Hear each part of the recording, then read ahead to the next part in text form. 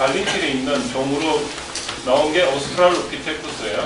그 피테쿠스가 300만 년 전에 나왔다가 3만 년 전에 호모 사피엔스 이제 머리를 쓰는 인류를 발전해가 지금의 우리가 왔는데 그 이론의 기초를 다윈이라는 사람이 만들었죠. 네. 다윈 들어봤죠? 네. 그럼 그 다윈은 어디서 그런 아이디어를 얻게 됐느냐? 그게 1830년대인가 그 이제 멜서스라는 사람이 있어요. 경제학자인데 이 사람은 비관주의자야. 어떤 비관주의자냐면 1980년대 그 당시에는 어땠냐면 영국의 산업혁명 들어봤죠? 네. 그 산업혁명으로 인해 가지고 이 세상이 그러니까 한마디로 인간이 어때요? 그 영국의 그 상황이 어땠냐면 빈익빈 부익부도 아주 심했고 그리고 또 거기서 사람이 인구가 늘어나니까 도시에 사람이 어떻게 삶의 질이 안 가진대요. 거기 보면은 거기서 매춘이나 뭐 하여튼 사람이 패스트 아시죠? 패스트 이런 역병 이런 아주 전염병이 창궐해가지고 사람들이 많이 죽었어요. 그걸 보고 이 멜서스라는 사람이 책을 썼는데 그 책이 뭐냐면 그 인구 종말론이야. 뭐냐면 인구가 이렇게 산업혁명이 되면 먹고 사는 게 이제 이렇게 해결이 안 된 상태에서 인구는 계속 늘어나니까 예전보다 농경사회보다 산업혁명 시대에는 사람이 몇 배로 늘어나니까 앞으로 이대로 가면은 인류가 자식을 너무 많이 낳아가지고 서로가 서로한테 못할 짓을 하는 그런 사태가 발생할 거다. 그래서 사람이 자멸할 거다. 그런 어떤 이론을 펼쳤어요. 그래서 인류가 그 증가하는 속도보다 이 농산물 정산 속도가 더 느린 거예요. 거기서 이제 멜서스가 힌트를 얻어가지고 아주 비관론을 썼는데 지금 현재는 그렇지가 않죠. 그죠? 그런데 다윈이라는 사람이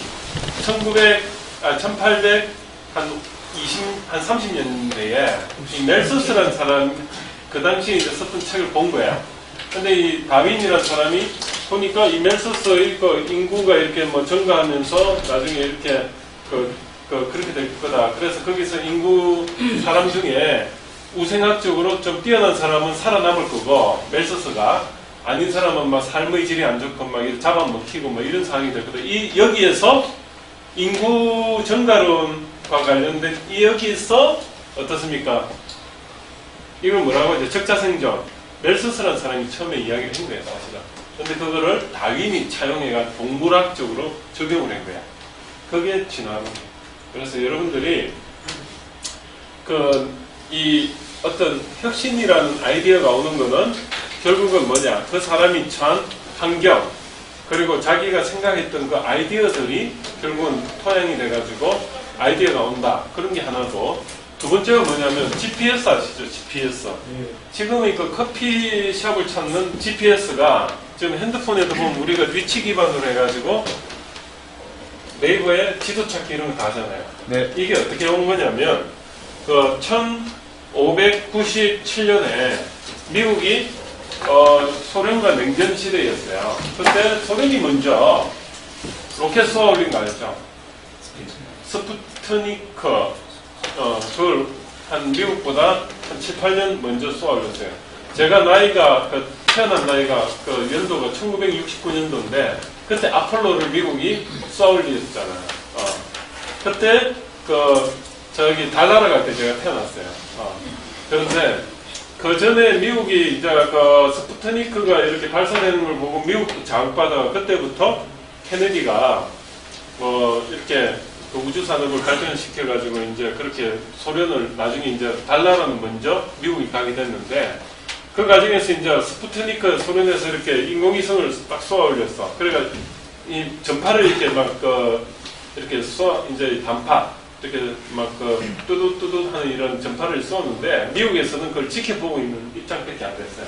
그런데 어느 미국의 이제 대학생 2명이 머리가 좋은 친구들이 그거 한번 전파가 나오는 것 같은데 우리가 그걸 한번 잡아보자. 그래 안테나하고 스피커하고 설치해가지고 이제 이 헤르츠를 맞춰가면서 얘가 20MHz인가 그쪽에 딱 맞추니까 소리가 띠딕 나오는 거야. 그런데 이게 그 시간에 이렇게 하는 거하고 이게 인공위성이 계속 돌면서 멀어졌다 가까워졌다잖아요.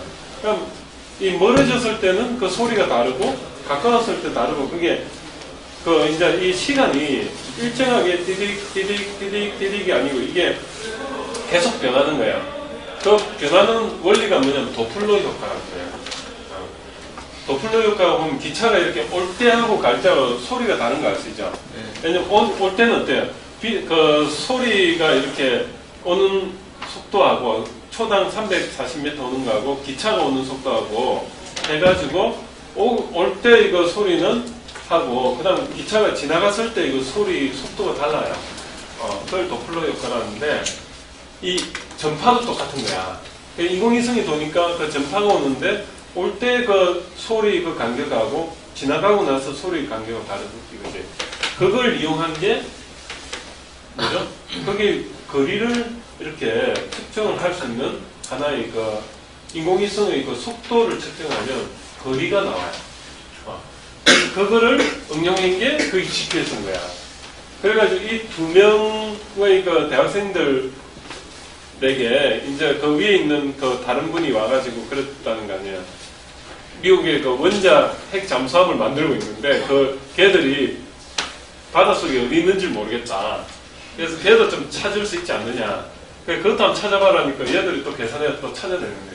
그런 내용이에요. 그런데 그게 이제 발전해가지고 그 인공위성에서 나오는 그 소리를 가지고 우리가 그 전파를 가지고 우리가 거리를 도플러 효과를 가지고 실제로 위치를 찾아내는 게 그게 GPS예요. 그래서 여러분들이 좀 하나씩 핸드폰에 다 들어가 있는 게 그 GPS가 들어가 있고 그래서 지금 오차가 뭐 한 0.1m, 즉 한 100cm 그 범위 내에서 여러분이 어디 있는지 전 세계적으로 다 이게 검색이 되는 그런 겁니다. 그래서 오늘 제가 말씀드리고 싶은 거는 네트워크라는 부분이 굉장히 중요한데 우리가 사람 간의 그 네트워크를 통해서 내 주위에 있는 어떤 환경에 친구들의 생각을 잘 가지고 있으면 그게 어때요? 멜소스가 사람에게 그 적용된 어떤 적자 생존론을 그거를 다윈이 그걸 차용해가지고 생물학적으로 인간 진화론에다가 그걸 적용을 했다는 거하고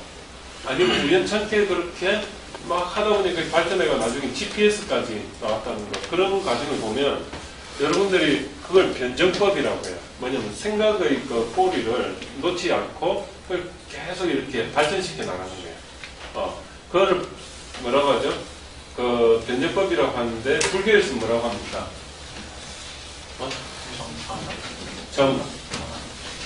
정반화. 그게 이제 화두. 불교에서 화두라고 해요. 그래서 스님들이 그 화두를 이렇게 딱 던져주면 그걸 가지고 계속 자기 생각을 키워나가요. 그걸 화두라고 하고 여러분들은 그러면 공부를 하실 때 이렇게 기계설계과에서 공부하는 게 여러 가지가 있어요. 그러면 어떤 과목을 이렇게 배우면 각 장별로 전혀 다른 내용이 계속 나와요. 그러면 그거를 연관을 시켜가지고 내과시키는 게 그게 굉장히 중요한 겁니다. 그걸 제가 이제 하나 말씀드리고 또 한 가지 이제 보여드릴 텐데 계속 나올 겁니다. 한번 보십시오. 자, 이거 한번 볼까?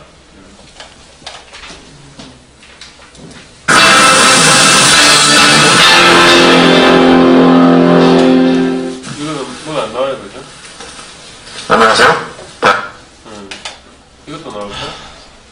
몇 년 전 일본에서 물의 결정을 촬영한 사진이 공개되면서 크게 화제가 됐었습니다. 이게 바로 그 물 결정 사진입니다. 이거 본 사람도 있을 거예요.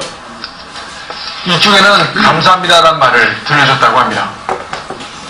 그리고 이쪽에는 나쁜 놈이란 말을 들려줬습니다. 도대체 무슨 일이 있었던 걸까요? 우리는 이 실험을 한 일본인을 직접 만났습니다. 10년 전 단어의 의미에 따라 물의 결정 모양이 달라진다고 주장하는 책이 일본에서 발간됐습니다. 상식적으로 납득이 가지 않는 주장. 그러나 저자는 단어의 뜻에 따라 물의 결정 모양이 달라진다고 분명히 말했습니다. そうです。吉祥は、水が一番喜ぶことは、言葉は、愛感謝という言葉。愛してるよ、大好きだよという言葉と、ありがとうという言葉です。でそういう状況の中で、水は一番美しい結晶を作ることが分かりました。 이것이 긍정적인 말로 변한 물 결정의 아름다운 모습입니다. 이것이 정말 가능한 일일까요?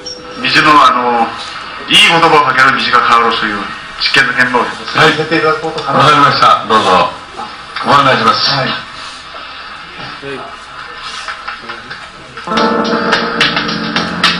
먼저 생수를 2개의 병에 따릅니다. 그리고 한쪽에는 고맙습니다라는 글을, 다른 쪽엔 바보라는 글을 붙였습니다. 24시간 후 2병의 물을 접시에 조금씩 덜었습니다.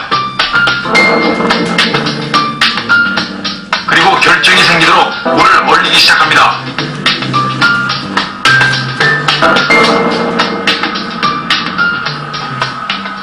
미주에 감정가あるわけではないけど、水は人の心の鏡。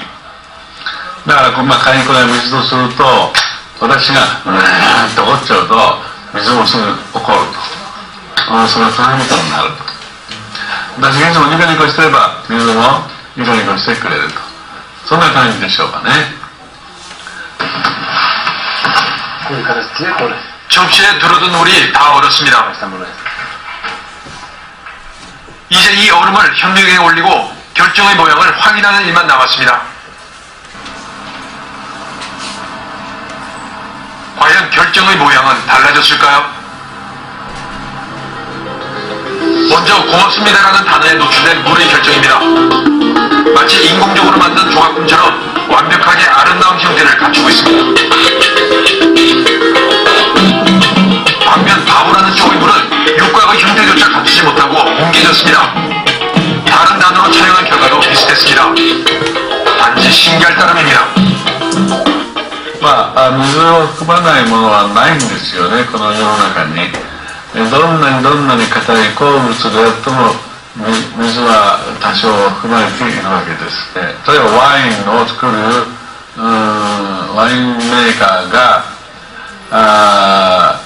ブドウにあるいは樽に入ったワインにモーツァルトの曲をいつもかけてるとか、そういうようなことは実際に何箇所もで行われています。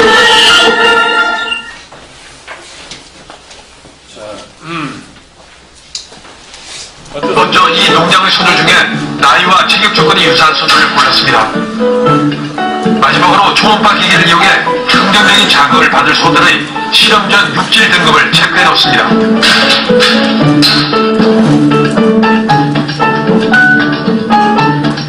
총 3마리의 실험소 중에서 2마리는 2등급이고 1마리가 1등급으로 확인됐습니다.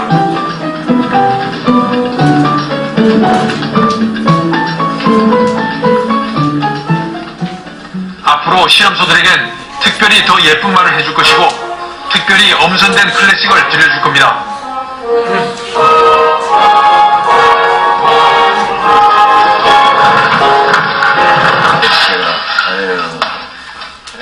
그리고 마지막으로 주인의 애정이 듬뿍 담긴 스킨십도 제공될 것입니다. 아유 이뻐라 사랑한다.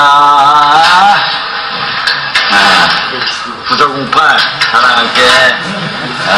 아이 사랑. 어우 사랑해. 사랑할게. 그래. 어우 겁쟁아 사랑해. 그래. 어이구 사랑해. 그래. 과연 소들에겐 어떤 변화가 생길까요? 소에게 긍정적인 자극을 주기 시작한 지 2주가 지났습니다. 혹시 그동안 달라진 점은 없을까요?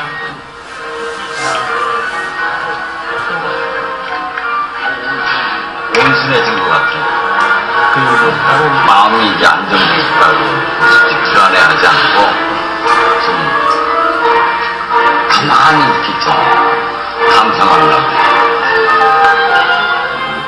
밥을 먹는 양도 달라졌다고 합니다. 먹어보니까 그래. 거기 먹는 거야, 다 먹는 거야.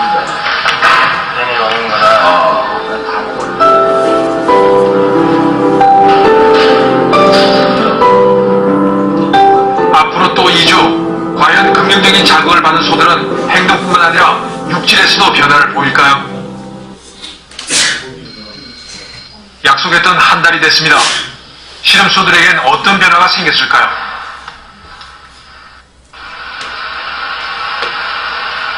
지난 한 달의 결과가 담겨있을 초음파 검사가 시작됐습니다.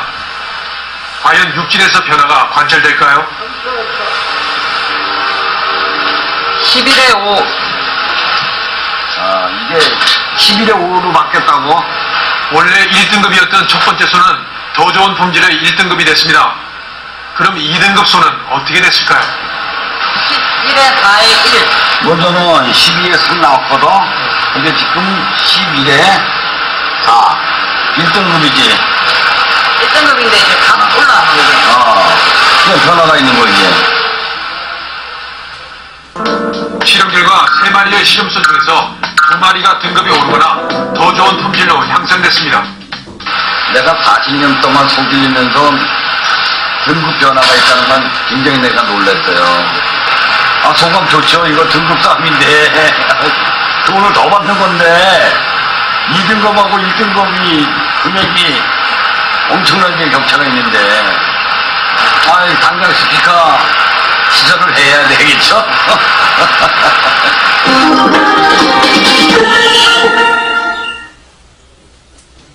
어때요? 이런 경우가 먼저 이 농장의 소들 중에 나이와 체격 조건이 유사한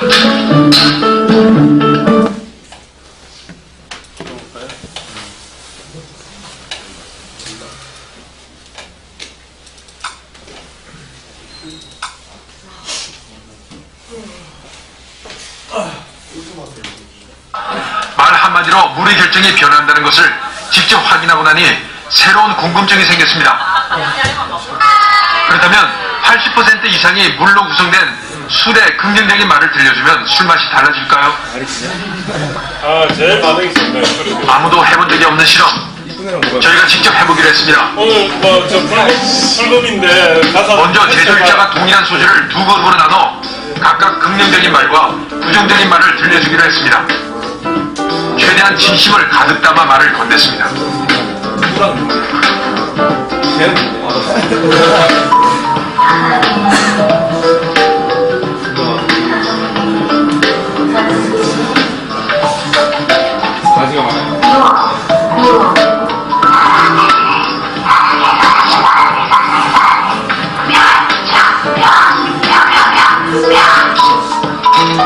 과연 소주에는 어떤 변화가 생겼을까요?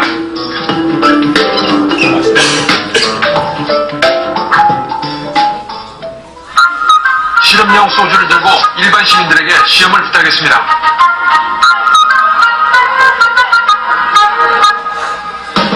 차이가 있으신가요? B가요? 네. B가 더 독한 것 같아요. 술이 알코올이 더 독한 것 같아요. 그러니까 느낌이요. 프레시랑 오리지널 같은 느낌 그런 거 있잖아요. 똑같은 술인데 살짝 알코올이 좀 떨어지고 그런 것 같아요. 함께 온 일행에게도 맛을 봐달라고 부탁했습니다. 다르네. 다른데요, 맛이? 어떻게 다른데요? 오른쪽 거, A는 굉장히 물 많이 탄 것 같이 맹맹하고, B는 그 기존 소주 같은 느낌. 그럼 이게 같은 제품이 완전히 다른 것 같아요. 같은 제품? 제품은 뭐예요? 소주가 두 개 다른데, 같은 제품에서, 같은 회사에서 다른 제품을 냈으면 그렇긴 한데, 분명히 두 개 소주는 다른 것 같아요. 같은 술이 그래요? 왜 많이 다르지? 완전히 다른데? 하나는 네. 살아난다고 했다가는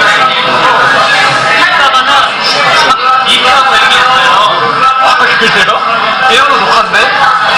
아니 이게 말이 돼? 재밌네 이거. 혹시 이들이 착각한 것은 아닐까요? 우리는 다른 사람들에게도 시험을 부탁했습니다. 이거에 상당히 뭉친 것 같아. 향이 이게 더 센 것 같은데. 맞아. 똑같아. 이건 맛이 많이 나는 것 같은데. 그냥 처음에 먹은 게 쓰게 느껴져. 이게 더 세. 그럼 이게 같은 소주인 것 같으세요? 다른 소주 같으세요? 다른 혹시 우리가 가져간 술에 문제가 있는 것은 아닐까요? 이번엔 새 소주를 이용해 즉석 실험을 해봤습니다. 여기다가 사랑한다고 진심을 담아서 10번만. 진심을 담아서 욕해주세요. 재수없어, 맛없어, 너는.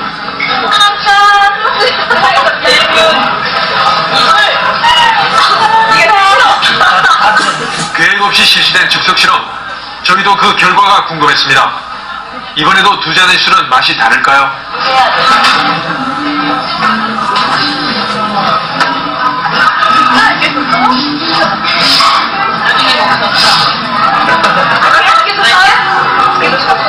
베트남은 정말 저희가 요즘에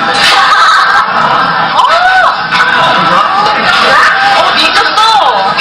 뭐가 떴어요? 이거요. 이게 뭔데요? 이게 육한 소스요. 기분이죠. 기분.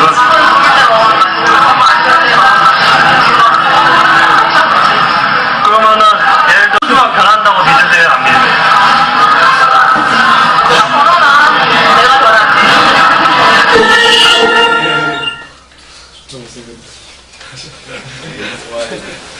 그래서 이번엔 일반인들보다 술 맛을 예민하게 느낄 수 있는 전문가들에게 평가를 의뢰하기로 했습니다. 이번 실험은 와인을 이용할 생각입니다. 먼저 준비한 와인이 동일한 와인인지 확인을 받았습니다. 같은 브랜드고 같은 품종이고 같은 빈티지 그리고 같은 그런 와이너리에서 생산된 제품이기 때문에 맛은 같다고 할 수 있겠습니다. 혹시 몰라 부자리로 두 병을 골라 맛이 같은지 확인을 부탁했습니다.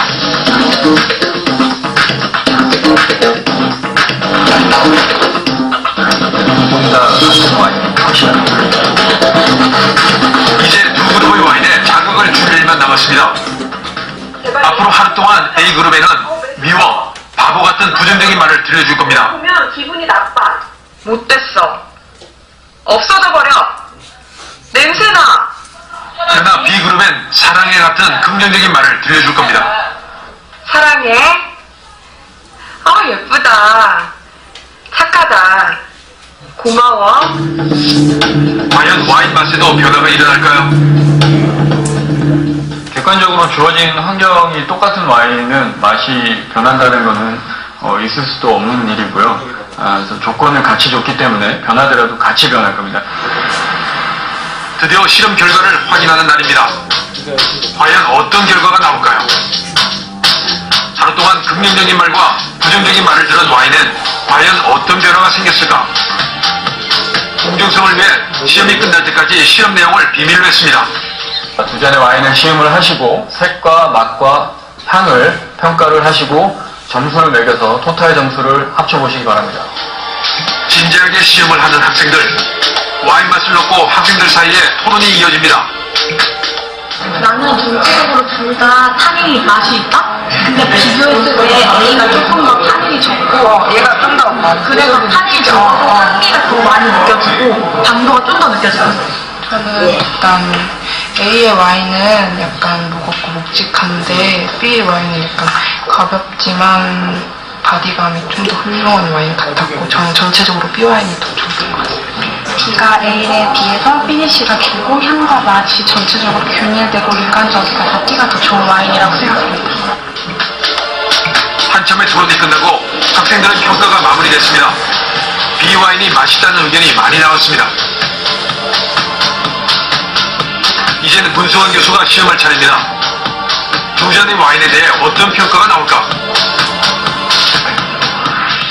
두 와인은 같은 종류의 와인이지만 실험 결과 좀 다른 변화를 나타내었다고 확실하게 좀 느껴지는 그런 느낌이 있었습니다. 그리고 저도 좀 개인적인 성향으로는 A 와인보다는 B 와인 좀 더 부드럽고 향미가 풍부한 그런 와인에 좀 더 높은 점수를 주겠습니다. 다른 와인이라고 생각하시는 분?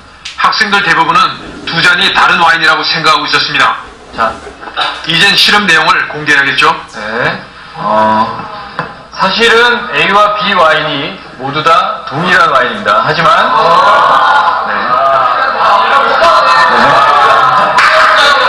실험 조건상 A 와인에는 부정적인 말을 계속 들려준 와인이 되고, 이렇게 B 와인에는 긍정적인 말을 계속 들려주어서 학생들이 모두 황당함을 감추지 못합니다.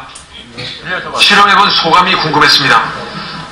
되게 말도 안 되는 거라고 생각하는데요. 지금 좀 신기한 것 같아요. 좀 많이 부정적인 말을 들은 와인이랑 긍정적인 말을 들은 와인이랑 뭔가 좀 다르다고 생각했는데 이런 걸로 차이가 있을 줄은 전혀 생각도 못했어요. 확실히 저는 긍정적으로 말을 한 와인이 더 부드럽고 모농들이 좋다고 생각을 했거든요. 신기하지 않아요? 자.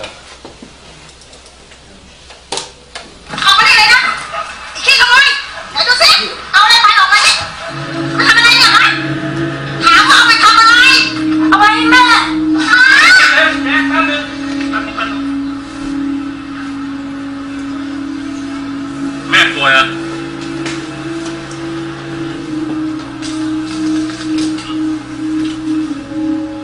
Giờ ăn gì đó? Ủa, có lẩu.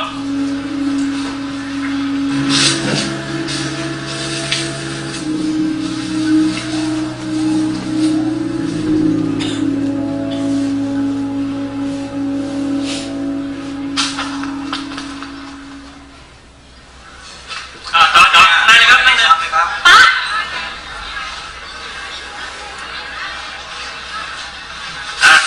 ตัดไป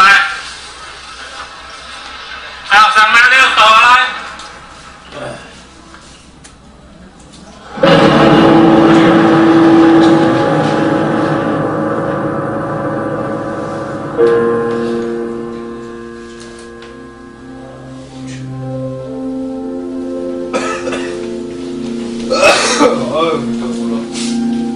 잘 안 보이네. 보이죠?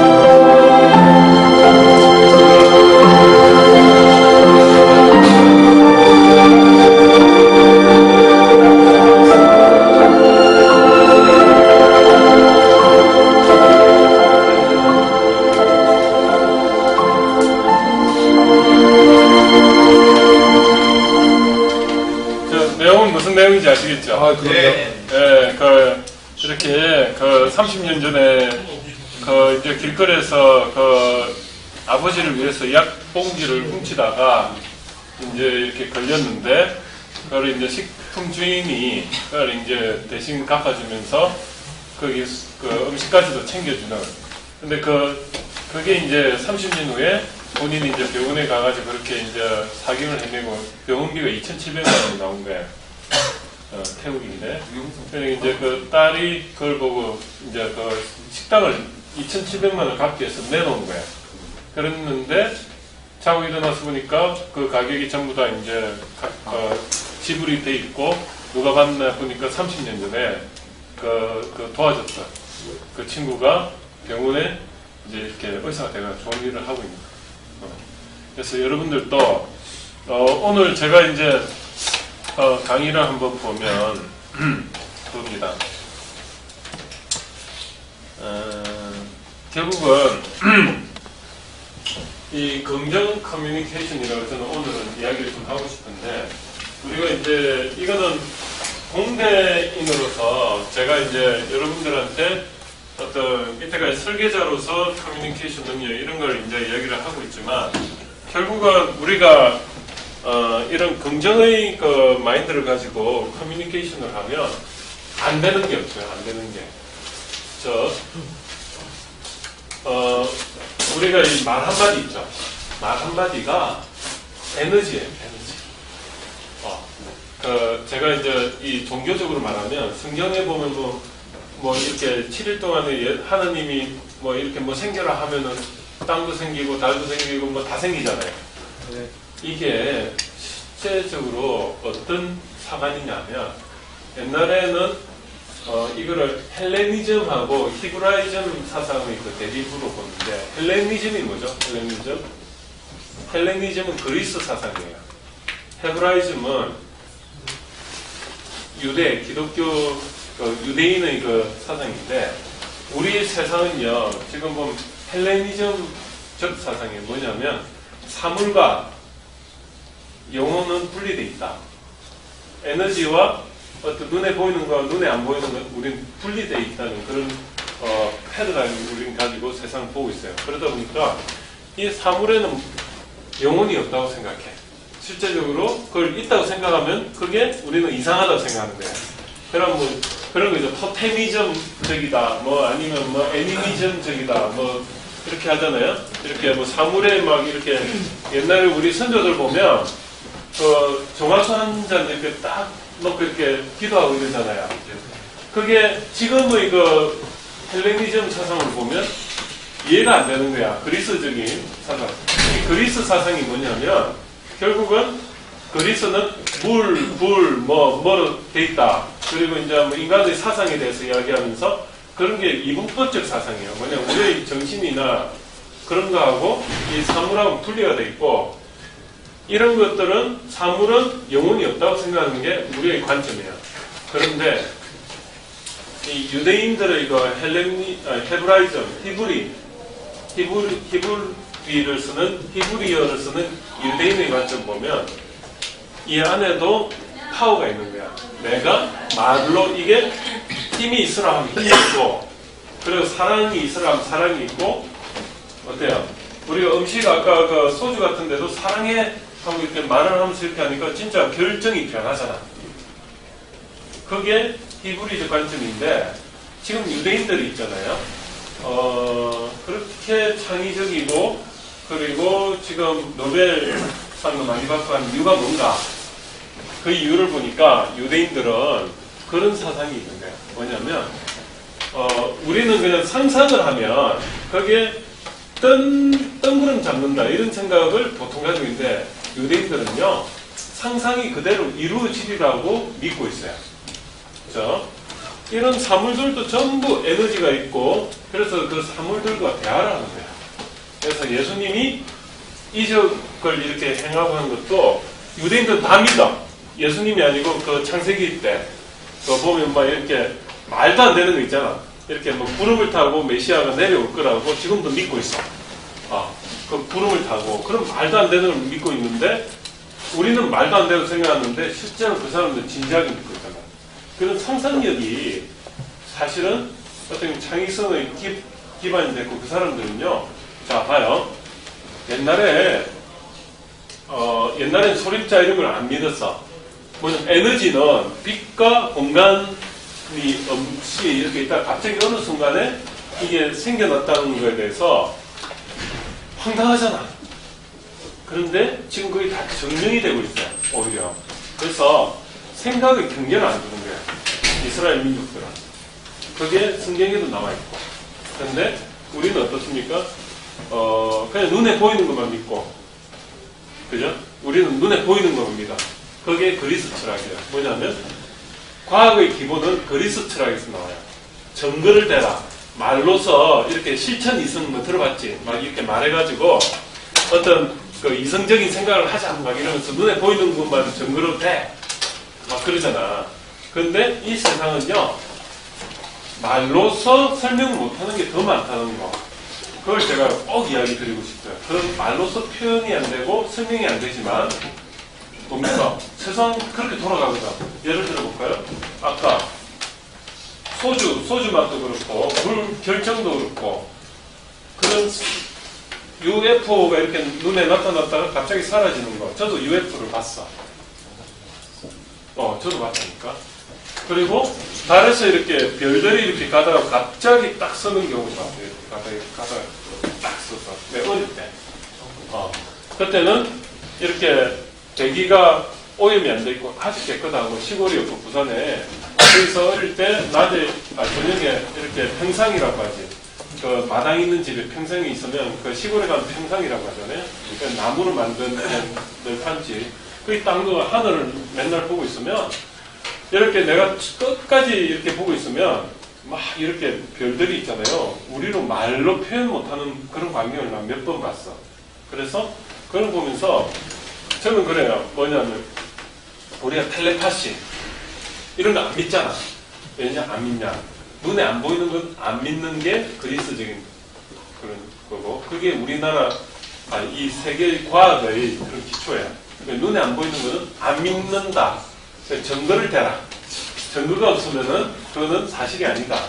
그게 그리스적 관점인데 히브리적 관점은 눈에 안 보이고 그래도 그걸 믿는 거예요. 그래서 상상이라는 거는 어떻습니까? 상상은 무한대잖아요. 그죠? 눈에 안 보이는 거. 그런 데 대해서 여러분들도 좀 마음을 오픈시켜가지고 할 필요가 있고 그러면 성공이 뭘까? 성공은요 다른 거 없어. 눈에 안 보이는 건 믿고요. 그걸 실천하는 거예요. 눈에 안 보이는 거. 그게 뭘까? 정말로 눈에 안 보이는 거를 우리는 어떻게 하죠? 눈에 안 보이면 실천을 안 할 수가 있어. 예를 들어가지고 내 마음은 그 사람을 싫어해. 그러면 이거야. 막 뒤에 가면 욕해. 뒤에 가면 욕하다가 그 사람 앞에 욕하는 이유가 뭐지? 마음에 그 이면은 뭐냐면 눈에 안 보이고 안 들리고 그 사람한테 직접적으로 안 들리면 그 사람이 모를 거라고 생각해요. 그런데 에너지가 다 전달되니까 근데 그리스 사람들은 거의 한마디로 텔레파시를 안 믿는 거지. 그리스 사람들은. 그런데 유대인들은 믿는 거예요. 그 차이라고 보면 돼요. 그래서 여러분들도 사랑, 관심, 배려 결국은 커뮤니케이션이라는 거는 관심과 배려에서 시작합니다. 그래서 오늘은 오늘 아까 처음에 보여드렸던 게 창의에 대해서 이야기했잖아요. 아주 우연이지만 그런 게 계속 발전시켜 와가지고 하나의 아주 결과물이 된다는 거. 그런 창의 그리고 사랑에 대해서 이야기했고 이 긍정에 대해서 어떤 칭찬에 대해서 이야기했고 사랑에 대해서 이게 다 같은 말이라는 걸 제가 이야기하고 싶어요. 결국은 여러분들한테 오늘 제가 이렇게 좀 적도록 할 건데 이게 뭐냐면 여러분들이 사랑과 긍정과 창의를 가지고 오늘 본 거를 본인도 한번 생각해 보세요. 이번 한 12주 차인데 12주 차까지 오면서 내가 제일 기억에 남는 걸 가지고 적어도 되고요. 그냥 생각나는 데 한번 적어보세요. 내가 눈에 안 보이는 어떤 세상을 믿는다면 그런 세상이 뭔가에 대해서 생각해 적으실 것 같고 저는 제안을 안 드리겠습니다. 근데 내가 뭔가 내만의 그런 어떤 철학, 프레임이 조금씩 생기길 원하고 그런 거 한번 생각을 한번 정리해보는 시간을 가지고요. 오늘 수업은 이걸로 마치는 걸로 할게요. 일단 한번 적어보시기 바랍니다. 그래서 적고 저한테 한 10분 정도 적는 시간을 드릴게요. 그래서 적고요. 예, 그래서 여러분들한테 말하고 싶은 거는 사랑은 관심과 배려다. 그리고 그런 관심과 배려를 가진다는 거는 그런 그리스적 관점에서 보면 이런 게 조금 어떻게 눈에 안 보이는 거는 안 믿을 수가 있는데 이 사물과도 우리가 커뮤니케이션을 하고 사물과 사물 간에도 커뮤니케이션하고 사람과 사람 간에 커뮤니케이션 하는데 눈에 보일 때는 이렇게 커뮤니케이션이 되는데 지구 반대편에 있는 사람하고도 커뮤니케이션이 될까? 된다는 거죠. 히브리적, 그 유대인적 관점에서 생각을 하면 그 사람의 텔레파시가 전달이 되는 거야. 근데 그리스도적 관점에서 보면 텔레파시를 안 믿는 거지. 왜 이성적으로 생각하자 막 이러면서. 그래서 여러분들은 지금 이런 교육들은 전부 그리스도적 관점에서 교육이에요. 뭐냐, 이성적으로 생각하자. 눈에 안 보이는 거는 아니면 증명이 안 되는 건 절대 안 믿자. 이게 과학이거든 지금. 그런데 제가 조금은 다른 세상을 보여드리고 싶어요. 그런 게 있고, 그래서 여러분들 사이에도 항상 관심과 배려를 가지고, 그리고 사랑하자. 그리고 그 친구를 항상 생각해주고 기도해주고 정말로 진심으로 잘 되길 기원해주면 그 관심이 뭐죠? 그 친구한테 전달이 되면 그 친구가 잘 되겠지. 그리고 그 친구가 내가 리더십을 발휘하는 것 같은 거야. 기도를 한다는 게 안 보이는 그 친구를 위해서 내가 기도를 해줘요. 그러면 그 텔레파시가 그 친구한테 전달이 되잖아. 그럼 그 친구는 관심과 배려를 받으니까 내가 리더십을 기도를 통해서 발휘하는 거야. 이런 관점을 보면 긍정의 힘이. 그래, 그 친구는 뭐죠? 그런 걸 텔레파시로 뭔가 나를 생각해주는 느낌이 들어. 말로는 표현 못하지만. 그러니까 그 친구도 나를 위해서 기도하고 있단 말이야. 그럼 뭐죠? 나도 가치가 생깁니다. 그래서 우리가 오늘 말씀드린 거는 말로서 커뮤니케이션도 중요하지만 정말 마음 씀씀이, 마음의 커뮤니케이션, 그게 정말 중요해요. 그래서 이런 마음의 커뮤니케이션을 여러분들이 진심으로 서로가 해주면요, 이 에너지가 충만하면은 여러분들 몸은 80~90%가 물로 돼 있잖아. 아까 소주도 막 이렇게 해주니까 결정이 아주 예쁘게 생기듯이 우리 마음도요, 씀씀이로 그렇게 해주면 우리 몸의 마음의 결정이 마음이 실제로 몸 세포도 그렇게 만들어요. 그럼 암에 걸렸고도 안 걸린다는 거예요. 그래서 여러분들은 그런 마인드를 서로가 서로한테 정말로 한 가져보세요. 그러면 정말 이 좋은 기운이 여기 있으면 끝나는 게 아니고요. 여러분들한테 이렇게 다 파장이 돼가지고 그냥 이게 희한하게 일이 잘 풀려. 막 풀려. 희한하죠? 그게 느껴진다니까. 그래서 이게 그리스도적 관점에서 보면 말도 안 되는 소리잖아. 이성적으로 생각하면 뭐냐 그거 그냥 서로 기도해주고 뭐 그런데 현실적으로 실험을 이영덕 PD가 했단 말이에요. 지금 여러분들한테 한 10개는 보여줄 수 있는데 지루해질까봐 내가 3개만 보여준 거예요. 그래서 여러분들도 그런 관점에서 좀 서로가 생각을 해주는 거 한번 생각했던 대로 쭉 잡고요. 오늘 수업은 제가 그 10분 동안 적으시고 이제 그걸 출석으로 대체하고요. 지금 적어요? 예, 지금 적으세요. 교수님 그러면은 그 동영상 본 거랑 그냥 적으라고. 예, 동영상 본 거랑 뭐 지금 말씀해 주신 거 자기가 생각하는 생각하는 대로 마음대로 이 시간은 동영상에 얽매이지 말고요. 이걸로 내가 뭐 어떻게 생각을 말 안 하잖아. 그냥 생각나는 대로 본인의 어떤 느낌, 철학, 뭐 사랑도 좋고 사랑과 긍정과의 관계, 뭐 긍정과 창의성의 관계, 사랑과 창의성의 관계. 예를 들어 뭐 이런 거죠.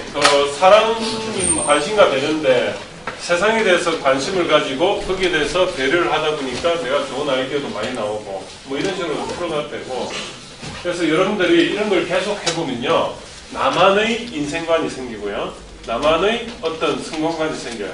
그래서 여러분들이 이런 걸 자꾸 이렇게 발전시켜 나가면 그게 결국은 여러분의 철학이 되고요, 성공관이 됩니다. 그리고 잘 될 겁니다. 그래서 하여튼 나쁜 생각은 절대 안 하는 게 중요하죠. 좋은 이야기, 좋은 말. 왜? 내가 나쁜 말 하면요, 그게 어디로 미치냐? 내 몸에 미쳐요. 네, 이거지. 친구하고 할 때 남 험담하는 이야기 하면요, 그게 결국 두 사람이 오염이 되는 거예요, 몸에. 그러면은 자기 몸이 오염이 되니까 몸의 물 분자 구조도 안 좋아지고, 그럼 건강이 안 좋아지는 거예요. 소주 맛도 안 좋아지고. 오늘 저녁에 불금이니까 소주 있잖아요. 한 잔씩 따라놓고 한 놈은 좋아요 하고 한 놈은 싫어해가지고 한 친구한테 줘봐요. 그래가지고 블라인드 테스트 한번 해가지고 진짜 맛이 그런지 나 진짜 궁금하네. 한번 해봐야 되겠다. 나는 감기가 나아야지 나는 해보는데. 감기약에 소주 제일 좋아요? 고춧가루 팍 풀어가지고.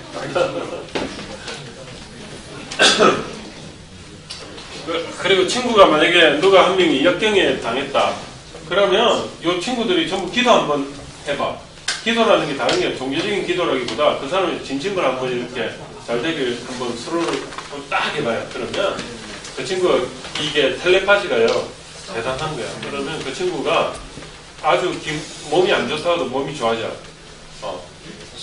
희한하죠? 그런 걸 느낀 사람들은 자꾸 그렇게 기도도 하게 되고, 좋은 말 해주고 그래요. 그게 먼저, 데일 카네기라는 사람의 인간관계론이 그거예요. 핵심은 데일 카네기라는 사람이 자기가 이제 강의를 하러, 그 뉴욕 할렌가에 있을 때 강의를 하러 왔다가, 강의를 하다 보니까 사람들 고민을 들어주게 됐어요. 고민을 듣다 보니까 사람들이 이제 그 사람의 고민에 대해서 경청을 하게 되고, 거기에 대해서 관심을 가지고 서로가 좋은 말 한마디씩 해주다 보니까 그 사람이 잘 돼. 희한하게. 그래서 이게 무슨 이유지? 하고 그 인간관계에 대해서 공부한 게 데일 카네기의 인간관계론이라고 하는 거고, 그게 오늘 제가 말하는 거랑 똑같은 거예요. 희한해. 그냥 좋은 말 서로 많이 해주고 상대방의 그 고민을 들어주고 거기에 대해서 관심을 가져주고 거기에 대해서 그냥 서로가 그 수업 시간에 카네기라는 사람이 말을 잘하는 것도 아니야. 그러니까 그 사람 말을 잘 못하니까 와가지고 자기가 말을 못하니까 뭘 했냐. 상대방은 그냥 이야기를 시킨 거야. 자기가 말을 못하니까.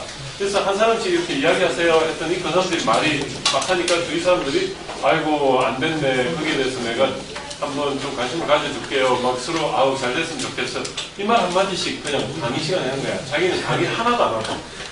그러다 보니까 이 데일 카네기 희한한 거야. 자기가 강의를 안 했는데도 불구하고 이 사람들이 강의장에 와가 뭔가를 하나씩 얻어가고 기분이 좋아가 나오고 근데 잘 돼 다들.